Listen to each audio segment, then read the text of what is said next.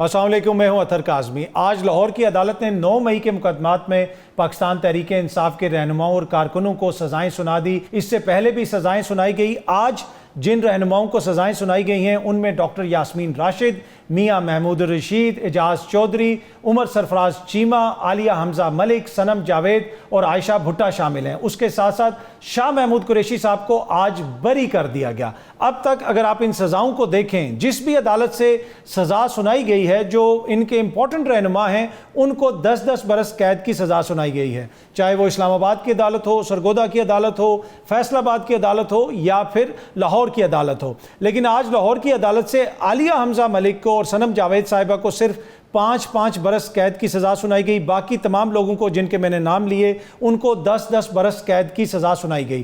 شاہ محمود قریشی صاحب کو بری کر دیا گیا۔ اس سے پہلے بھی مقدمات میں ان کو بری کر دیا گیا تھا۔ اس وقت آپ اس نظام کے یا اس سارے سلسلے کے المیے کا اندازہ اس بات سے لگا سکتے ہیں کہ شاہ محمود قریشی صاحب کی جب پچھلی دفعہ بھی بریت ہوئی تھی تو بہت سارے لوگ کوسچن کرنا شروع ہو گئے تھے کہ بھائی ان کو کیوں بری کیا گیا ہے۔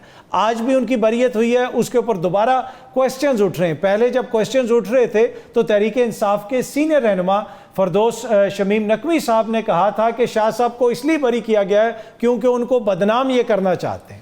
اس سے آپ اس سارے عمل کا اندازہ لگا سکتے ہیں کہ اگر کوئی بری ہوتا ہے عدالت سے تو وہ عوام کی نظر میں مشکوک ہو جاتا ہے، اگر کسی کو سزا ملتی ہے تو وہ کارکنوں اور ان کے جو ووٹر سپورٹر ہیں ان کی نظر میں معتبر ہو جاتا ہے۔ تو اس سارا یہ جو عمل ہے، جس طریقے سے سزائیں سنائی گئی، اس میں جو گواہی کا معاملہ ہے، یقیناً ان کے اوپر بہت سارے کوسچنز بھی اٹھ رہے ہیں۔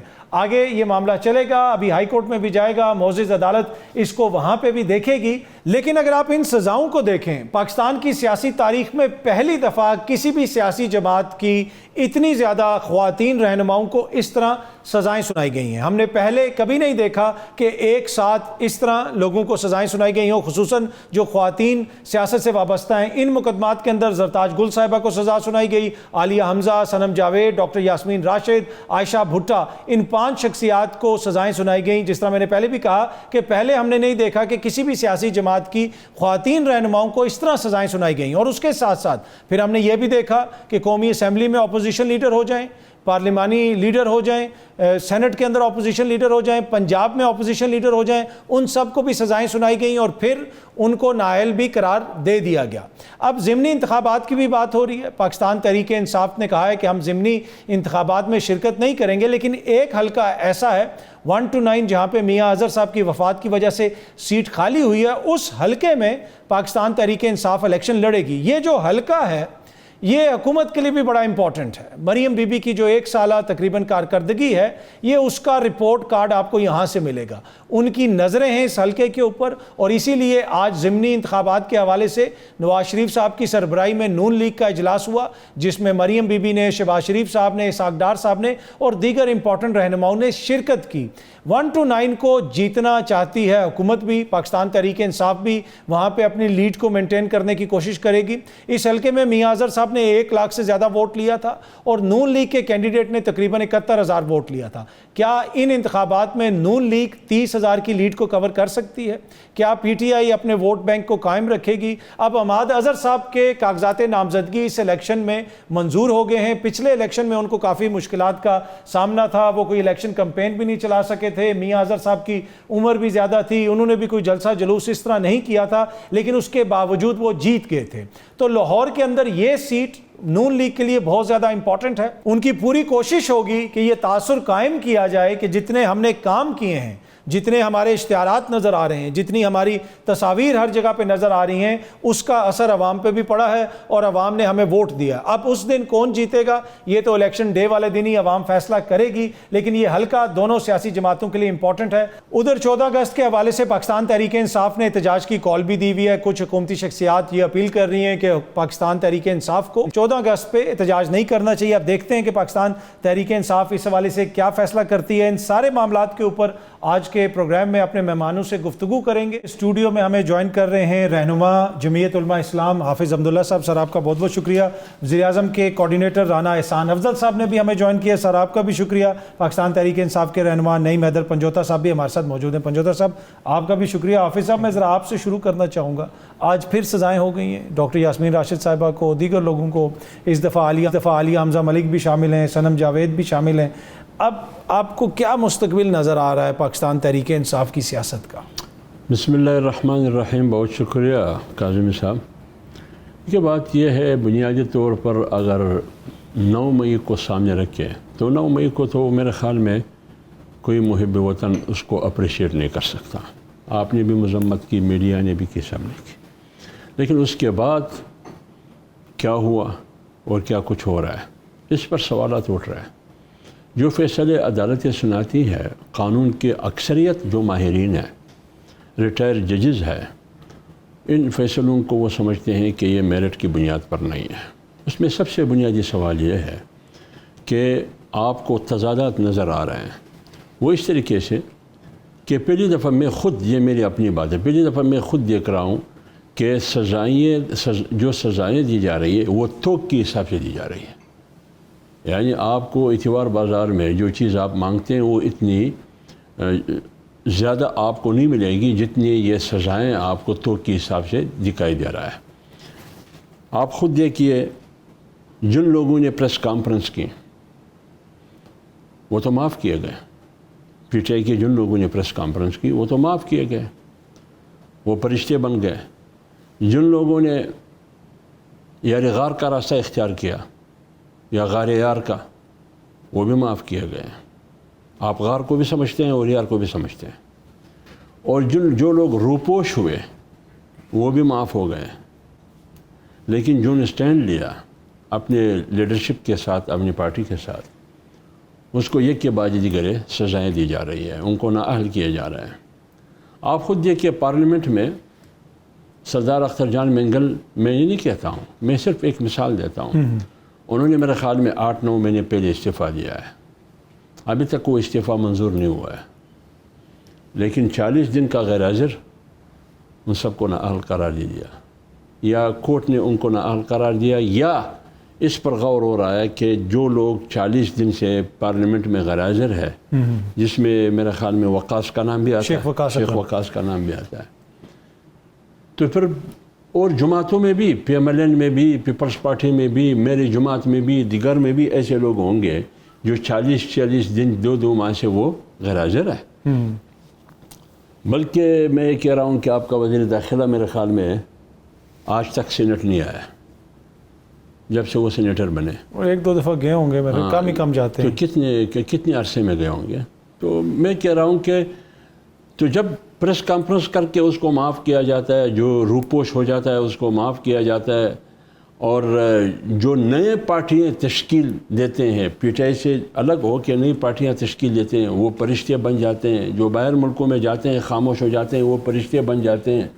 تو اس تمام سیناریو کو جب قوم دیکھتی ہے تو پھر عدالت کے فیصلوں پر سوالات بھی اٹھتی ہیں۔ ان سزاؤں کو اور ان فیصلوں کو شک اور شبے کے نظر سے دیکھا جاتا ہے۔ جمعیت علماء اسلام کا اس سلسلے میں موقف یہ ہے کہ ہم ہر اس سزا کو، ہر اس فیصلے کو، جس فیصلے سے سیاست اور انتقام کی بو آتی ہے، وہ جس بھی پارٹی سے ہو، جمعیت علماء اسلام اس کو شک کی نگاہ سے دیکھتی ہے اور اس کی مذمت کرتی ہے۔ اگر کل پی ٹی آئی کی حکومت تھی، پی ایم ایل این کی قیادت جیل میں تھی، میاں شہباز شریف، میاں نواز شریف، مریم نواز، شاہد خاقان عباسی وغیرہ وغیرہ وغیرہ، رانا ثناء اللہ صاحب، جو پی ٹی آئی کو خود آج شرمندگی ہو رہی ہے، وہ بھی ٹھیک نہیں تھا۔ جمعیت علماء اسلام اس وقت بھی روڈوں پر تھی، کل ان کو بھی شرمندگی ہوگی آپ سمجھتے ہیں موجودہ؟ میں یقین سے کہتا ہوں کل اس کے ساتھ اس سے بھی برا ہوگا، شرمندگی تو کیا، اس کے ساتھ اس سے بھی برا ہوگا۔ تو اس لیے میں کہتا ہوں کہ یہ سب جو کچھ بھی ہم کر رہے ہیں، بڑی پارٹیاں خاص کر، یہ سارے کمپرومائزڈ ہیں، ان کی سیاست بھی کمپرومائزڈ ہے، یہ لے اور دے کی سیاست کر رہے ہیں، یہ اصول کی سیاست نہیں کر رہے۔ ٹھیک ہے، اچھا رانا صاحب، پہلی دفعہ ہم دیکھ رہے ہیں کہ کسی سیاسی دور کے اندر سیاسی جماعتوں سے تعلق رکھنے والی اتنی زیادہ خواتین رہنماؤں کو اس طرح سزائیں سنائی گئیں۔ آپ کی جماعت کے اوپر بڑے کوشچنز بھی اٹھ رہے ہیں, آپ نے بھی سن بھی لیا کہ کل آپ کے ساتھ بھی ایسا ہی ہوگا. آپ سمجھتے ہیں کہ یہ سارا جو قانونی عمل چلایا گیا, جس طریقے سے پروسیکیوشن نے اپنا مقدمہ رکھا, جس طریقے سے گواہ آپ کی حکومت نے پیش کیے, وہ سارا مناسب تھا, آئین اور قانون کے مطابق تھا؟ بسم اللہ الرحمن الرحیم. دیکھیں اطہر کاظمی صاحب, یہ جو سزائیں ہیں یہ 9 مئی کے حوالے سے ہیں جی, اور اس کے اندر اگر آپ یہ کہیں کہ تھوک کے حساب سے سزائیں سنا دی گئیں تو یہ بھی غلط ہے.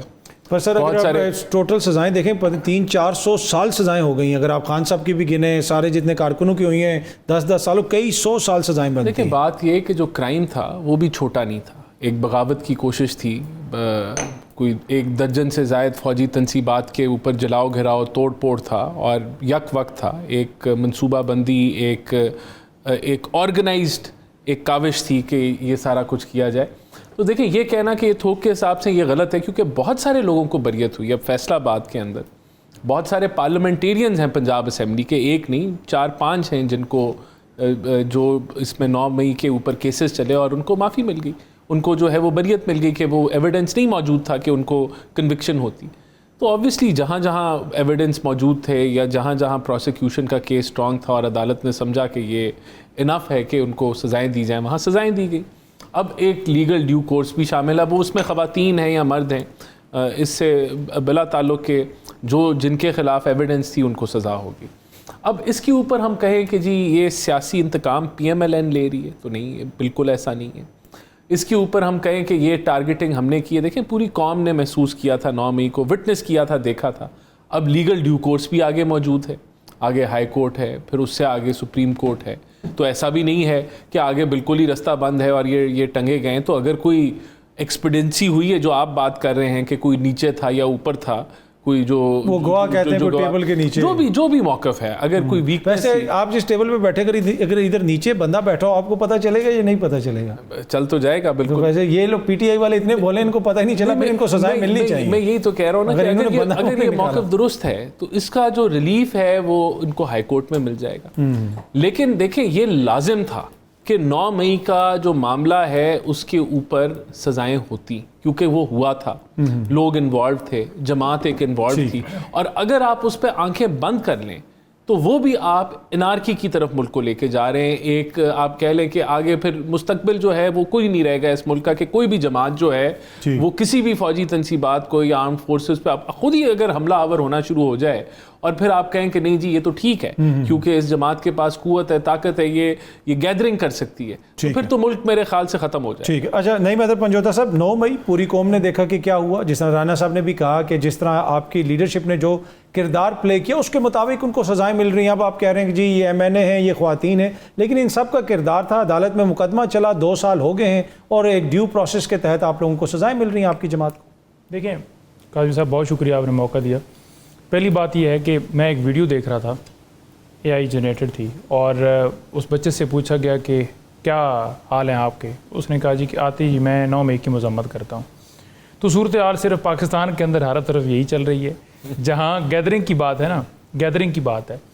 تو دیکھیں عمران خان کی پاپولیرٹی ان کے اوپر حملہ کر کے, ان کے اوپر کیسز بنا کے ختم نہیں ہو پائی. تو یہ ایک سارا ایک پلان رچایا گیا کہ عمران خان کی جماعت کو ٹارگٹ کیسے کرنا ہے, کیسے جیل میں ڈالنا ہے, پریس کانفرنس کروانی ہے, کیسے سزائیں دینی ہیں, اور وہ سارا آپ نے دیکھا, پوری پاکستان کی عوام نے دیکھا.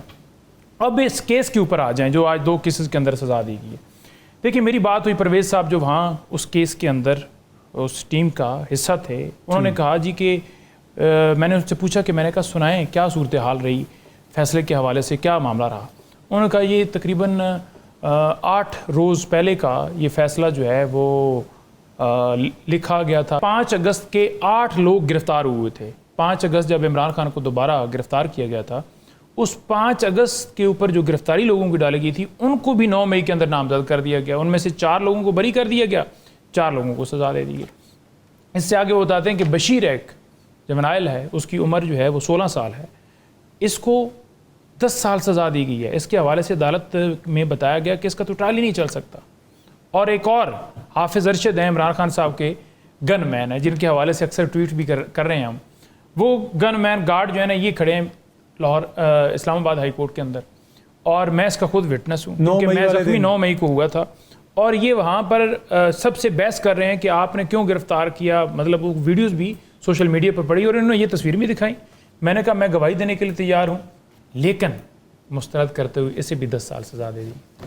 ٹھیک ہے، اب اس کا کوئی ایویڈنس دکھا دیں ان تمام لوگوں کی، یا یہ ساری جو میں نے آپ کو میچ کی ہیں کہ کس طرح کیس کے اندر فیصلہ دیا گیا. اور سب سے بنیادی چیز، سرگودا کے اندر جج عباس ہیں جن کے پاس کیسز لگے ہوئے تھے 9 مئی کے حوالے سے، 348 ریکارڈ چیک کیجئے اور 355 دو کیسز میں تمام لیڈرشپ کو اس بنیاد پہ بری کر دیا کہ جو یہ سازش کا الزام ہے، جو گواہی ہے ٹیبل کے نیچے چھپنے والی زمان پارک یا چکری، یہ غلط ہے.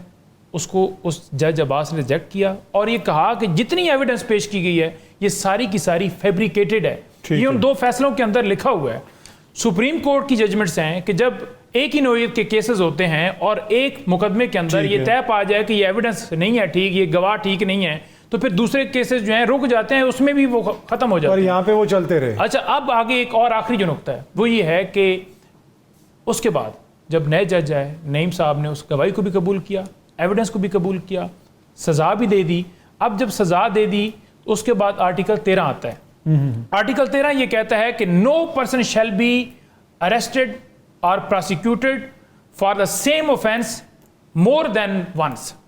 ٹھیک ہے، کہ یعنی ایک بندہ اس کو آپ ایک ہی طرح کے مقدمات میں 2 دفعہ سزا نہیں دے سکتے. پھر سرگودا ہوئی، پھر فیصلہ آباد ہوئی، پھر لاہور ہوئی، اور ایویڈنس دیکھ لیں کہ کس بنیاد کے اوپر ہوئی جو کہ عباس شاہ ریجیکٹ کر. میں ذرا ایک چھوٹی سی بریک لیتا ہوں، میں بریک لیتا ہوں جی. یہاں پہ آئیں گے تو اب یہ جو اراکین اسمبلی کو نااہل کیا جا رہا ہے، وہاں پہ ضمنی انتخابات کی بھی بات ہو رہی ہے. آج میاں صاحب نے بھی ضمنی انتخابات کے حوالے سے ایک اپنی پارٹی کی میٹنگ بلائی ہوئی تھی، وہاں پہ بھی کچھ مشاورت ہوئی، اس پہ بھی گفتگو کریں گے ایک چھوٹی سی بریک کے بعد. ویلکم بیک جی. اچھا حافظ صاحب، پاکستان تحریک انصاف کہہ رہی ہے کہ جو ہمارے لوگوں کو نااہل کر رہے ہیں ان کے حلقوں میں ہم ضمنی انتخابات میں حصہ نہیں لیں گے.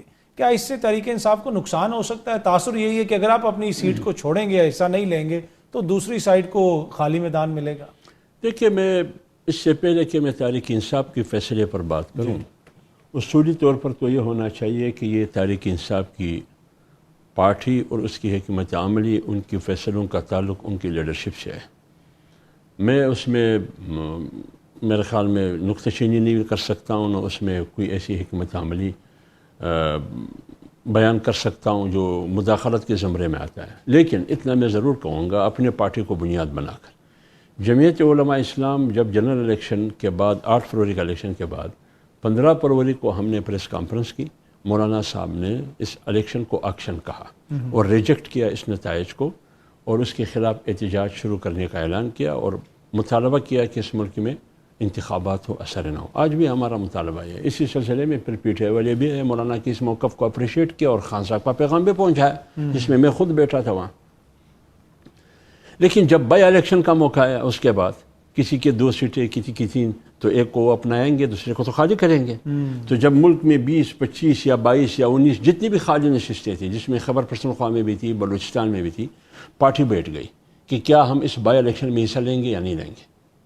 تو جمعیت علماء اسلام نے فیصلہ کیا، یعنی آپ خود ڈیرہ اسماعیل خان میں دیکھیے جہاں سے علی امین گنڈاپور قومی اسمبلی کی شست بھی جیت چکے تھے اور صوبائی بھی جیت چکے تھے، تو وہ خالی ہوا. وہاں ہمارے پارٹی کے کینڈیڈیٹ نے نامینیشن فارم بھی جمع کیے تھے، لیکن جب پارٹی کا فیصلہ آیا کہ جہاں بھی بائی الیکشن ہوگا ہم اس میں حصہ نہیں لیں گے. کیوں نہیں لیں گے؟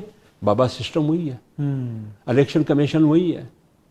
آج تو حکومت بھی ان کا ہے، وفاق میں ادارے بھی سارے ان کے انڈر ہے اور سب 1 پیج پر بھی ہے اور ہائبرڈ نظام بھی ہے، تو ہمیں تو انصاف نہیں ملے گا. تو جب نہیں ملے گا اس سے بہتر یہ ہے کہ ہم اس الیکشن سے دور رہیں. تو جو فیصلہ ہم نے کیا اپنے آپ کے لیے وہ پسند کیا، تو میں کیسے کہوں گا کہ ان کا فیصلہ غلط ہے. اچھا، بہت ساری چیزوں پہ آپ لوگوں کی جو ہے نا خیالات ملتے ہیں، پر کیا وجہ ہے کہ آپ لوگ قریب نہیں آ سکے، مل کے اپوزیشن نہیں کر سکے؟ میں ایک بات عرض کر لوں، اس میں بنیادی وجہ، پنجوتا صاحب ناراض نہ ہو، اس قربت میں، اس اتحاد میں بنیادی وجہ رکاوٹ جمعیت علماء اسلام نہیں تھی. اس میں رکاوٹ پٹائی کے اندر کچھ ایسی ذہنیت تھی، کچھ ایسے دماغ تھے جو وہ نہیں چاہتے تھے کہ جمعیت علماء اسلام اور پی ٹی آئی ایک ہو جائے، یعنی وہ ایک پلیٹ فارم پر کھڑے ہو کہ احتجاج شروع کرے. کچھ ایسے دماغ تھے. ایک بات یہ. دوسری بات یہ کہ یہ بھی آپ کو معلوم ہے کہ وقتاً فوقتاً ایسے بیانات دیے جا رہے تھے جس سے یہ قربتیں سبوتاژ کرنے کی کوشش کی جا رہی تھی. یعنی ہم یہاں تک آئے کہ کل نہ پرسوں اعلان ہونا تھا کہ ہم اکٹھے ہو کے تاریخ چلائیں گے، لیکن نہیں ہوا. تو اس لیے دوسری بات یہ ہے، یہ بدقسمتی ہے پی ٹی آئی کی، وہ خود بھی تسلیم کرتے ہیں کہ اس کی اصل قیادت وہ جیل میں، باہر جو ہے ادھر اتھارٹی کا تعین نہیں ہے. آپ ایک بات کرتے ہیں، بات ایک ہی ہے، لیکن آپ ایک شکل میں ایک ہے. سر ماضی میں جو لیڈر جیل میں تھے ان سے لوگوں کی ملاقاتیں بھی ہوتی تھیں. ہاں یہ بات بھی خان صاحب سے بھی ملاقات کر سکتی ہے JUIF. اس سے میں تسلیم کرتا ہوں کہ جو کچھ موجودہ حکومت کر رہی ہے. یعنی میں آج کس کو سن رہا تھا، علی گور کو غالباً سننا تھا، بیرسٹر گور کو، جو پریس کانفرنس کی تھی. انہوں نے کہا کہ ہم گئے چیف جسٹس کے پاس، ایک ہی مطالبہ ہم نے ان سے کیا، ان کو کہا کہ ہمیں اپنے لیڈرشپ سے ملاقات کرنے دیں. آج تک ہمیں نہ میں جواب ملا ہے نہ ہمیں جواب دیا ہے. اب اس کا مطلب یہ ہوا کہ اتھارٹی کون ہے، حکومت کی طرف سے اتھارٹی کون ہے. لیکن پی ٹی آئی کو تو معلوم ہے کہ وہ جیل کے اندر ہے، لیکن جب آپ اس کو ملنے نہیں دیتے، بات کرنے نہیں دیتے، تو پھر وہ ہدایات کہاں سے لے لیں؟ سر پچھلی دفعہ بھی مولانا نے ملاقات کروائی تھی، مولانا جب وہ تو ویسے JUIF والے خود بھی کبھی جا کے خان صاحب سے مل لیں سر. مطلب بات یہ ہے کہ اس زمانے میں بھی یہ باتیں ہوتی رہی کہ ملے. اگر پی ٹی آئی والے مولانا صاحب کے پاس آتے ہیں، وہ ضرورت محسوس کرتے ہیں کہ مولانا صاحب اور عمران خان صاحب کی ایک بیٹھک ہونا چاہیے، ایک نشست ہونی چاہیے، یہ تو پھر بعد کی بات. ٹھیک ہے، اس کی شکل کیا ہوگی، نوعیت کیا ہوگی، پارٹی کیا فیصلہ کرے گی، یہ تو میرے خیال میں بعد کی بات ہے. ٹھیک ہے. لیکن سیاست میں گفتگو ایک دوسرے کے ساتھ ہوتی ہے، دروازے بند نہیں ہوتے. ٹھیک ہے. ضمنی انتخابات، میاں صاحب نے آج میٹنگ بھی کی، شہباز شریف صاحب بھی وہاں پہ موجود تھے، تو ضمنی انتخابات کے حوالے سے لگتا ہے کہ آپ لوگ تو بہت زیادہ سنجیدہ ہیں. نہیں دیکھیں، کیونکہ الیکشن کمیشن نے اسکیجول جو ہے اناؤنس کر دیا ہے جن سیٹوں کے اوپر، تو ان سیٹوں کے حوالے سے یہ پارلیمانی بورڈ کی آج میٹنگ تھی جو ہوئی، اور اس میں جو ہے ان کے ٹکٹس کے حوالے سے میرے خیال سے غالباً فیصلے ہوئے ہوں گے. تو ہمیں کوئی دیکھیں، الیکشن کمیشن نے اناؤنس کر دیا. میں اگر پی ٹی آئی کے پرسپیکٹو سے سوچوں، اگر یہ میری جماعت ہو، تو میں تو سمجھوں گا کہ یہ بالکل اس میں حصہ لینا چاہیے. آپ کمپین کریں گے، آپ پارٹی کا موقف رکھیں گے. اگر آپ اس پلیٹ فارم کو لوز کرتے ہیں تو ایز اے سیاسی جماعت آپ کو نقصان ہوگا. تو میں تو سمجھتا ہوں کہ یہ ایک بے وقوفانہ فیصلہ ہوگا، امکانہ فیصلہ ہوگا کہ جمہوریت میں کبھی بھی آپ پلیٹ فارم لوز نہیں کرتے، اور آپ کو اپنا موقف آگے رکھنا ہوتا ہے. بے شک اگر آپ کو کوئی چیلنجز بھی ہیں، آپ جب آپ پلیٹ فارم لوز کر جائیں گے تو آپ کہاں آواز اٹھائیں گے. تو میرا یہ ویسے تو جو آپ کا اپنا حلقہ ہے جی، جس میں پچھلی دفعہ راجہ ریاض صاحب کو ٹکٹ دے دیا گیا تھا، اس دفعہ بھی ماشاءاللہ امید یہی ہے کہ انہیں کو ملے گا. آپ کو نہیں دے گی. اچھا، آپ کو ملے گا. میں پر امید. راجہ صاحب اس دن پہنچے ہوئے تھے شہباز شریف صاحب کو ملنے کے لیے، اور یقیناً وہ کوئی موسم کا حال تو بتانے نہیں آئے ہوں گے. لیکن انشاءاللہ تعالیٰ جی پارٹی اس دفعہ ٹکٹ مجھے دے گی، میں پر امید ہوں. اور آپ اپنے حلقے کے تمام جو آپ کے 36 ووٹر ہیں ان سے رابطے ہیں؟ بالکل جی، میں ہر ایک سے رابطے ہوں. جب آپ کوئی کارنر میٹنگ کرتے ہیں تو اس میں جتنی پھر کمرے میں جگہ ہوتی ہے اتنے لوگ ہی جمع ہوتے ہیں، لیکن ہم جلسے بھی کریں گے، جلوس بھی نکالیں گے، سب کچھ کریں گے. چلیں، یہ تو ایسے آن لائٹر نوٹ میں ہم بات کر رہے تھے. پنجوتا صاحب، آپ لوگ کیوں بھاگ رہے ہیں ضمنی انتخابات سے؟ دیکھیں، پہلی بات تو یہ ہے کہ میں بیان سن رہا تھا ان کی جو کہ ہمارے پاس 13 امیدوار ہاٹ کیک ہے اس وقت نون لیگ. ہاں، ہاٹ کیک ہے. تو امیدوار تو آپ کے پاس 13 ہوں گے، لیکن کوئی 13 ووٹر ہی لے کر آ جاتے. نواز شریف صاحب بھی جیت جاتے، شہباز شریف صاحب جیت جاتے، مریم صاحبہ جو ہیں وہ مہر شرافت سے آ رہی ہیں. تو یہ تو الزامات ہیں نا، آپ کے کسی عدالت میں ثابت تو نہیں ہوا نا یہ؟ دیکھیں، الزامات تو تب ہونا جب ہمارے پاس فارم 45 نہ ہو. میں اپنے لے کر ادھر آ جاتا ہوں، کسی حلقے کے آپ لے کر آ جائیں. اسلام آباد کے 3 حلقوں کے لیے کس وجہ سے جو ہے وہاں ٹرائیبیونل چینج کیے گئے؟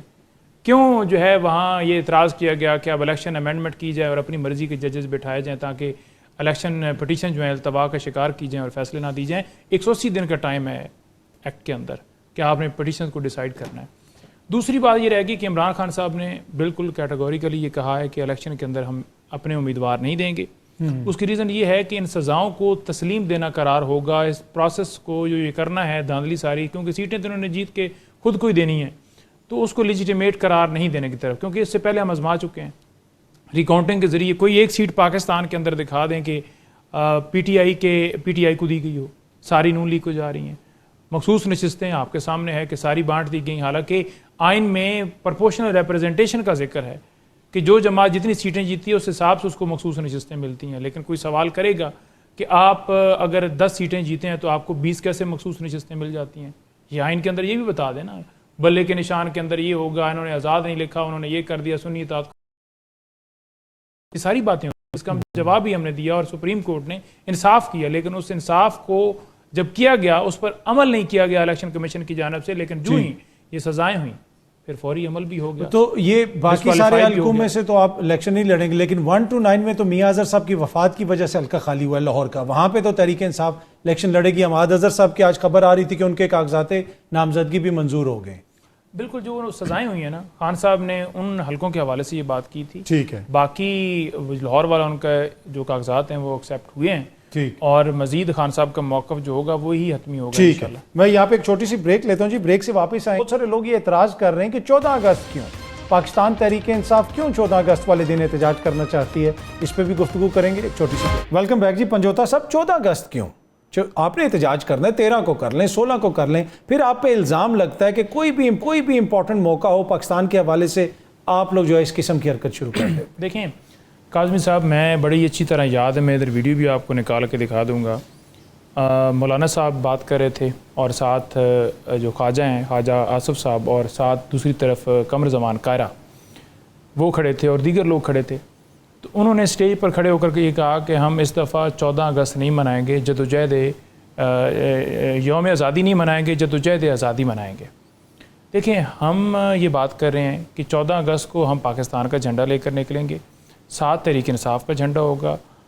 پاکستان کو آزادی 14 اگست کو ملی, لیکن حقیقی آزادی کے لیے تحریک انصاف کا ساتھ جھنڈا جو ہے وہ ہوگا.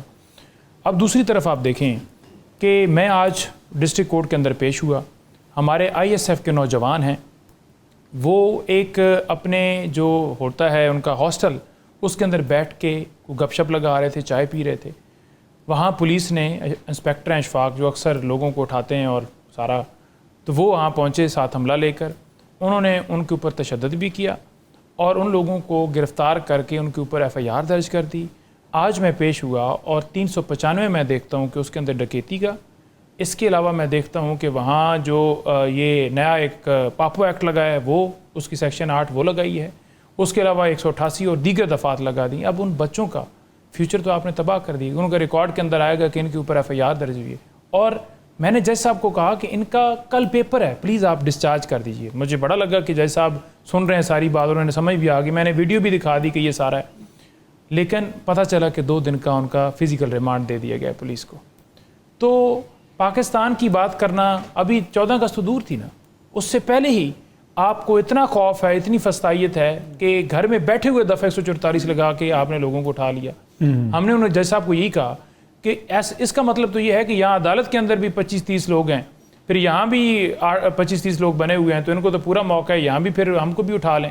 اس طرح تو ہسپتالوں کے اندر آپ جائیں گے, یہ تمام دفاتر کے اندر, تو وہاں بھی دفعہ 144 ہے, وہاں بھی آپ لوگوں کو اٹھا لیں.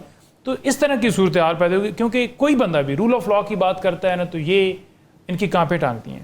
اس کی ریزن کیا ہے؟ رول آف لا قائم ہوگا, ان کی کرسی چلی جائے گی, فارم 47 کھل جائے گا, سارا قصہ آ جائے گا. تو آپ نے 14 اگست کو کرنا ہے احتجاج؟ دیکھیں ہم پچھلے سال بھی ہم نے کیا, اس میں کیا جرم ہے؟ ہم کوئی انڈیا کا نعرہ لگائیں گے؟ ہم PTI کا جھنڈا لے کے ساتھ پاکستان کا جھنڈا ہوگا, کیا اس میں حرج ہے؟ ٹھیک. رانا صاحب یہ کہہ رہے ہیں جو 14 اگست ہے آئینی حقوق کے حوالے سے اپنی بات کریں گے, جس طرح ماضی میں آپ لوگ کرتے تھے, تو اس میں کون سی ایسی کا بات ہے؟ نہیں, میرے خیال سے یہ ان کا ہمیشہ ہی جو کانسیپٹ ہے نا وہ بالکل غلط ہے. خان نہیں تو پاکستان نہیں, ریڈ لائن خان ہے, اور اسی طرح کے نعروں کی وجہ سے پھر 9 مئی ہوا. اگر یہ اس طرح کے نعرے نہ بلند کرتے, وہ ذہن سازی نہ کرتے, تو 9 مئی نہیں ہونا تھا.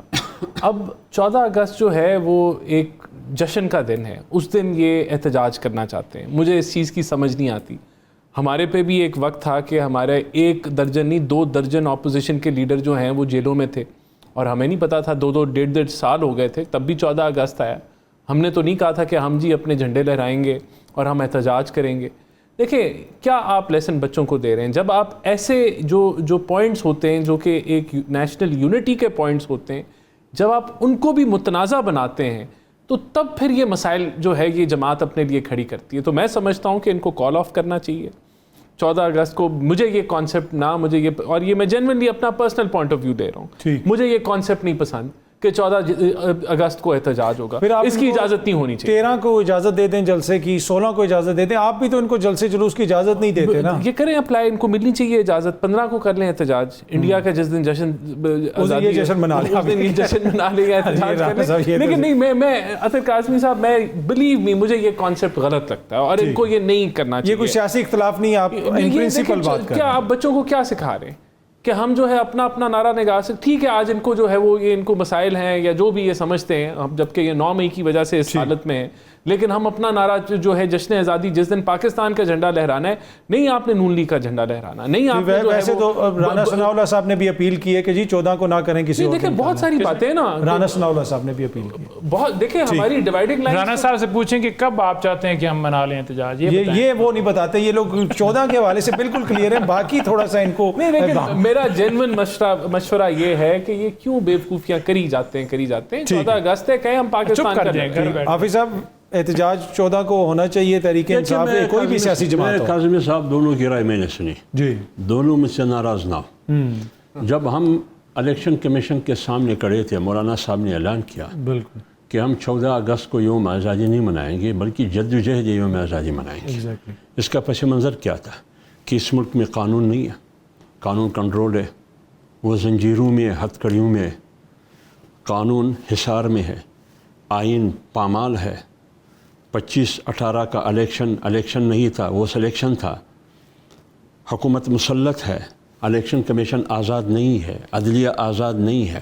اس وقت جب مولانا صاحب یہ کہہ رہے تھے کہ جب یہ سب کچھ عملی طور پر, حقیقی طور پر جمہوریت بھی نہیں ہے, حقیقی طور پر عملاً وہ پاکستان بھی نہیں ہے جو قائد اعظم نے کہا, اسلام بھی نہیں ہے عملاً, تو جب سب کچھ نہیں ہے اور یہ تینوں پارٹ ہے, اصل اجزاء ہے آپ کے آئین کا, تو اس لیے ہم کہتے ہیں کہ یوم آزادی حقیقی طور پر منانا چاہیے.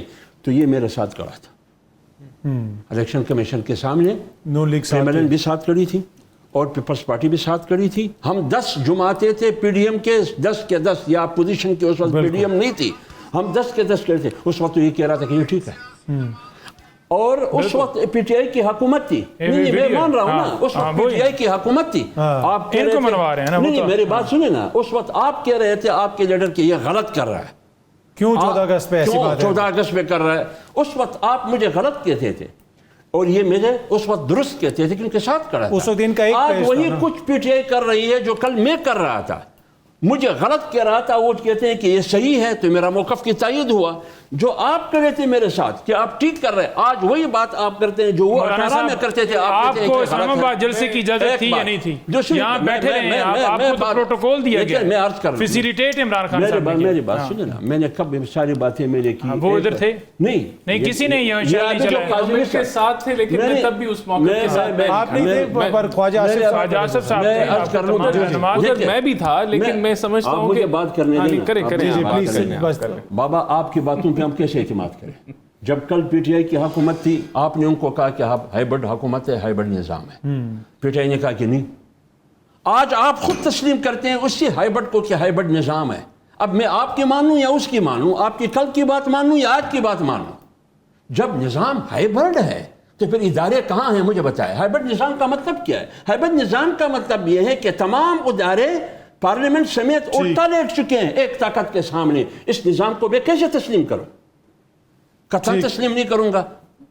یہ جو ان پرنسپل جو موقف سامنے آئے یہی کہ اگر آپ نے احتجاج کرنا ہے تو آپ اپنے آئینی رائٹس کے لیے کر سکتے ہیں, لیکن حکومت سے کی جانب سے یہ بار بار کہا جا رہا ہے تحریک انصاف سے کہ جی آپ کسی اور دن احتجاج کر رہے ہیں, لیکن حکومت یہ نہیں بتا رہی کہ جی وہ اور دن کون سا ہے, اجازت ملے گی یا نہیں ملے گی. اینی وے یہ بحث تو چلتی رہے گی. ایک اور خبر آخر میں ہم آپ کے ساتھ شیئر کرنا چاہتے ہیں, خبر بڑی پریشان کن ہے. پاکستان کے سابق وزیر اعظم اور موجودہ سینٹ کے چیئرمین یوسف رضا گیلانی صاحب کے بیٹے قادر گیلانی صاحب سے بارسلونا میں اسپین میں کسی نے گھڑی چھین لی ہے, اور پتہ یہ چل رہا ہے, یہ سامنے آپ خبر دیکھ سکتے ہیں کہ اس گھڑی کی قیمت تقریباً 1.80 کروڑ رپورٹ ہو رہی ہے. جی ہاں جی, یوسف رضا گیلانی صاحب, آپ کو پتہ ہے کہ حال ہی میں ان کی تنخواہ میں تقریباً 600% اضافہ کیا گیا, اس لیے کہ گزارا نہیں ہو رہا ہوگا کم تنخواہ میں. ساتھ ساتھ اسپیکر صاحب کی بھی تنخواہ میں اضافہ ہوا, اور دوسری جانب ان کے بیٹے اسپین میں تقریباً 2 کروڑ کی گھڑی پہن کے گھوم رہے تھے. اس سے آپ اس نظام کا اندازہ لگائیں کہ یہاں پہ یوٹیلٹی سٹور بند ہو جاتے ہیں, ہزاروں لوگوں کو بے روزگار کر دیا جاتا ہے. چیئرمین سینٹ صاحب کی تنخواہ 13 لاکھ روپے کر دی جاتی ہے, کتنے مہینے کی بیک ڈیٹڈ تنخواہ ان کو ملتی ہے, اور آج قوم کو پتہ چل رہا ہے کہ ان کا تو بیٹا ماشاءاللہ اتنا صاحب ثروت ہے کہ 2 کروڑ کی تو صرف اس کے پاس گھڑی ہے, پر پھر بھی اس نظام سے یہ ساری مرات بھی لے رہے ہیں, یہ پروٹوکول بھی لے رہے ہیں. تو اس نظام میں عوام کے لیے ہم نے کیا چھوڑا ہے؟ اگر اسی طرح معاملات چلتے رہیں گے تو پھر لوگ جمہوریت سے بدظن تو ہوں گے. کیا یہ وہ جمہوریت کی شکل ہے؟ شاید اس گھڑی کے اندر جمہوریت کا ٹائم نظر آتا ہو, اس میں پتا ہو کہ جمہوریت کس وقت جناب جاگتی ہے اور جمہوریت کس وقت جو ہے وہ عوام کے لیے کوئی بہتری کرتی ہے. تو یہ جمہوری گھڑی تھی جناب, یہ چوری ہو گئی ہے بارسلونا میں. ہم امید کرتے ہیں کہ دوبارہ یہ جلد ملے گی اور دوبارہ پاکستان میں یہ جو جمہوریت کا وقت ہے یہ مزید آگے چلے گا. یہ اس پہ ہنسی آتی ہے ٹو بی آنیسٹ کہ کس نظام میں ہم رہ رہے ہیں کہ عام بندہ جو ہے اس کے لیے کیا ہے اور حکمرانوں کے لیے یہاں پہ کیا کچھ ہے. کل اگین آپ سے اسی ٹائم پہ ملاقات ہوگی. Thank you very much. باخبر رہنے کے لیے سنو نیوز کا یوٹیوب چینل سبسکرائب کریں اور بیل آئیکن پہ کلک کر دیں.